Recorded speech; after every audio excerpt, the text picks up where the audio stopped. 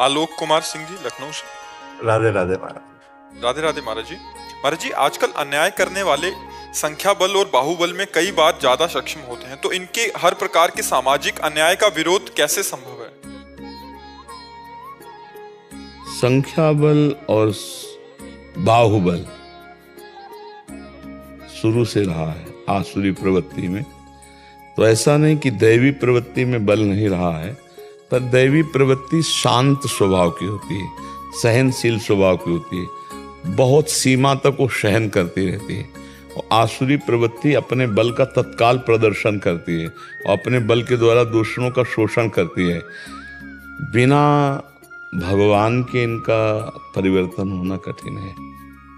और भगवान 3 प्रकार की सृष्टि की है, ये समझना पड़ेगा। एक सात्विक, एक राजसिक और एक राक्षसी तामसिक। तो भगवान ही ने तीनों को बढ़ावा दिया है।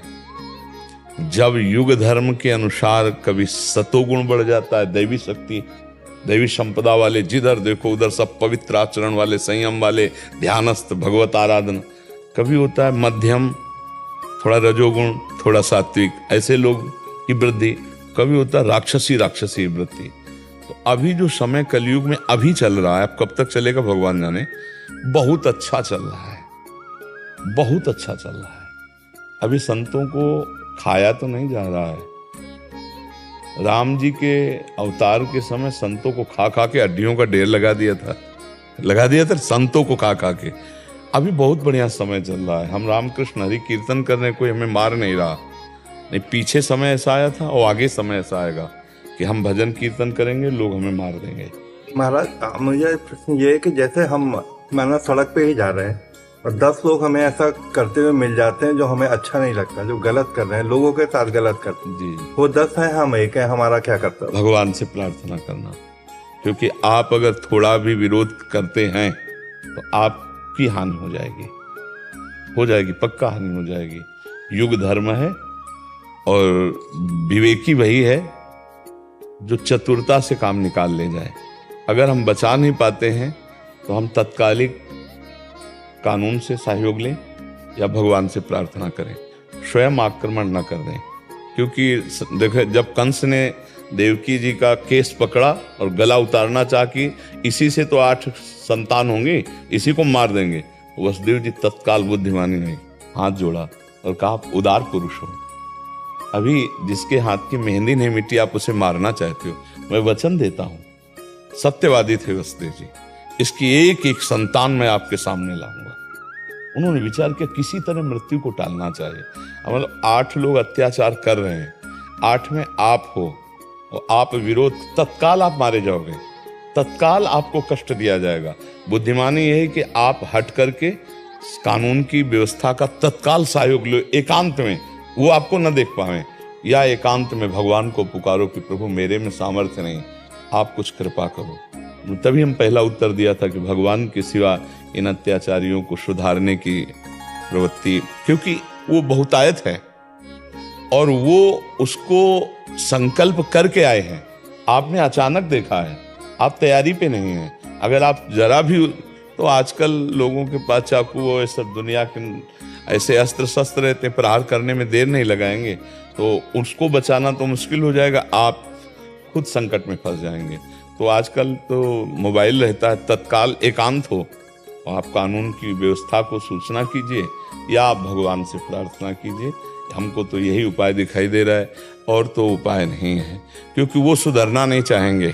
आप हाथ जोड़कर कहेंगे जाके कि आप ऐसा ना कीजिए तो आपके हाथ काट लिए जाएंगे। आप जबान से पूज्य बात बोलेंगे तो आपकी जबान बंद कर दी जाएगी। दुष्टता का स्वरूप यही, आप देख लीजिए। एक गाय, हम भिक्षा मांग के आ रहे थे, रात्रि के 11 बजे तक यमुना किनारे भजन करते, जैसे 8-9 बजे भिक्षा मांग ली, 2 घंटे यमुना किनारे भजन की तो आ रहे। तो रास्ते में किनारे एक हल रखा था, वो जो ट्रैक्टर में फंसाया जाता है ना, तो उसका जो वो होता है जहाँ से कनेक्शन किया जाता है, वहाँ एक नवीन अवस्था की गाय का पैर उसमें चला गया। कैसे चला गया, जी भी हमारी दृष्टि गई तो वो, हम कहा ये 1 सेकंड में पैर तोड़ ली। तो हम जाके ऐसे पैर पकड़ लिया कि उसका पैर सीधा रहे, नहीं तो पैर, हाँ, अब वहां से देखा कि कोई निकले तो 3-4 आदमी निकले।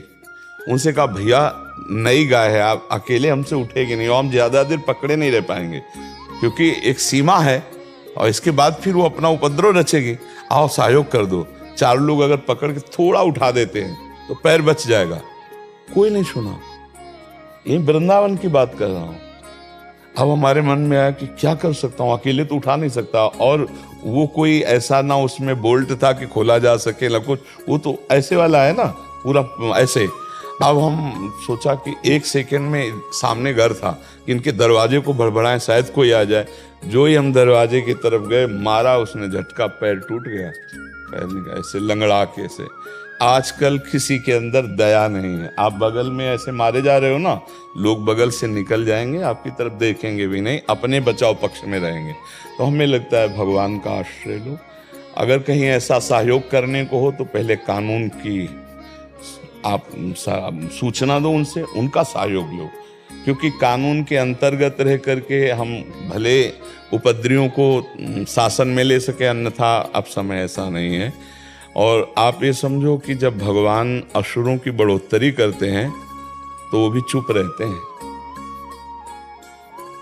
जब आतंक हमारे देश में अपना रौद्र रूप दिखाया तो भगवान के मंदिरों को भी तोड़ा गया और वो चुप थे, नहीं दिल फेल कर देते, नहीं उन्हीं के तो सब हाथ में है, लेकिन उनको अगर ये लीला करवानी है तो करवानी। देखो 3 लीलाएं उनकी हो रही हैं, शतोगुण, रजोगुण, तमोगुण, सृजन, पालन और संहार। ये उनके सारे खेल हैं। हम उन्हीं से प्रार्थना कर सकते हैं या कानून का सहयोग ले सकते हैं, और कोई दूसरा तो मुझे रास्ता, आपको आता हो दूसरा रास्ता समझ में तो मुझे बताओ। महाराज जहाँ हम सक्षम है वहां तो सहायता कर सकते हैं, जहाँ नहीं है वही उसी के लिए आपसे राय। तो 8 लोग जब कोई बुरा काम कर रहे हैं तो आप कुछ नहीं कर सकते हो। अगर आप कुछ भी करते हो तो आपके ऊपर प्रहार हो जाएगा। बहुत विचित्र समय है प्रभु, आप दयालु हृदय के हो, इसलिए इस विषय में आप प्रश्न करते हो। तो हमारा बस यही कि जहाँ तक हो सके अपने द्वारा, तो हम विवेक का सहारा लेकर अपने शरीर की भी रक्षा, क्योंकि इससे धर्म की पूर्ति, अगर यही नष्ट हो जाए तो फिर धर्म की पूर्ति कैसे होगी। और अपने शरीर की रक्षा और दूसरों की रक्षा कर सके, इसलिए कानून का सहयोग या भगवान से प्रार्थना। अचानक कोई घटना बन जाए और कई लोग आ जाएं, फिर मिल करके हम रक्षा कर सकते हैं, वो भी बात हो सकती है। नहीं तो है बड़ा समय विचित्र, बहुत ही राक्षसी प्रवृत्तियों की वृत्तियां बढ़ रही हैं। क्योंकि जैसे लोग मोबाइल से गंदी बातें देखते हैं तो प्लान बनाते हैं, वो गंदी बातें उनको प्रैक्टिकल में उतारें जो उन्होंने देखा है, सुना है। तो वो सब क्राइम कैसे करना चाहिए, कैसे बच जाते हैं, वो सब आजकल मोबाइल में सब है। तो बहुत नए नए बच्चे क्राइम सीख रहे हैं, ऐसे कर रहे हैं। अब एक माई जा रही है आराम से और जाके स्कूटी के बगल, मतलब बगल से निकले, ऐसे पकड़ा, खींचा, वो गिर गई। अब जंजीर लेके जा रहे हैं, वो घसीट करके गिर गई, उसके कितना लगा होगा, इतनी भी पीड़ा नहीं। सोचो तुम्हारी माँ बहन हो, कैसा लगेगा अगर कोई ऐसा बर्ताव कर। एक माँ 30-40 हजार की जंजीर पहने होगी सोने की, वो चैन कितने की होगी? 30-40 हजार, 50 हजार की होगी। और जिंदगी, और उसकी जिंदगी की परवाह न कर। और नए लड़के, अब उनको नशा चाहिए ना, अब उनको मनमानी भोग विलासिता की तरफ वृत्ति बढ़ानी, तो धन चाहिए, धन चाहिए। तो ऐसे बड़ा आसुरी इसीलिए हम सत्संग में प्रायः छेड़ देते हैं कि ये girlfriend, boyfriend, live in relation, ये नशा, ये सब हमारी भारतीय संस्कृति को, धर्म मर्यादा को चौपट करने के लिए है। ये जो बाहर से आए हुए संस्कार, ये हमारे यहाँ के संस्कार नहीं, ये बाहर से आए हुए संस्कार जो है ये हमारी पवित्रता को नष्ट कर रहे हैं, हमारे बच्चों को नष्ट कर रहे हैं।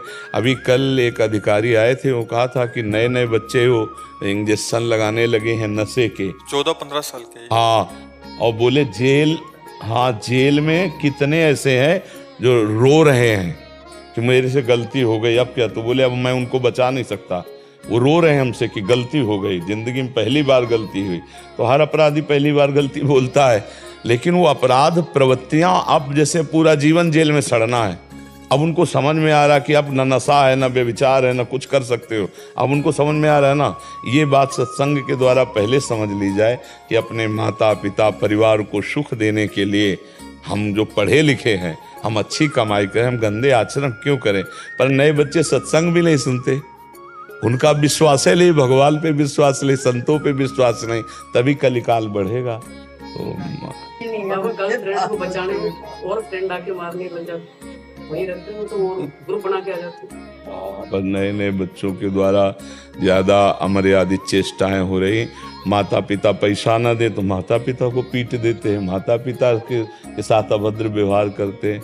बस भगवान ही एक रक्षक हैं और सत शास्त्रों का स्वाध्याय सत्संग, यही हमारी बुद्धि को शुद्ध कर सकता है, दूसरा उपाय तो है नहीं। भोजन अशुद्ध, संग अशुद्ध, वातावरण अशुद्ध, बड़े बड़े मोबाइल सब रख रहे हैं तो वो संग अशुद्ध, उसमें जो चाहो सर्च करके देख लो तो बुद्धि खराब होती है। तो बड़े ये है कि भगवान ही रक्षक हैं और दूसरा तो उपाय है नहीं।